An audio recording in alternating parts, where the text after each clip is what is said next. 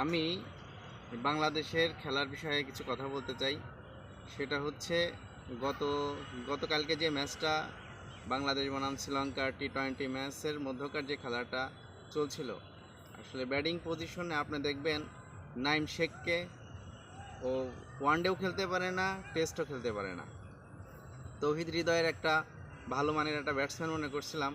আসলে সেই ভালো মানের ব্যাটসম্যান মনে করাটা পর্যন্তই আমাদের শেষ। কিন্তু চলতি মৌসুমে একটা ম্যাচও সে ভালো খেলতে পারে নাই।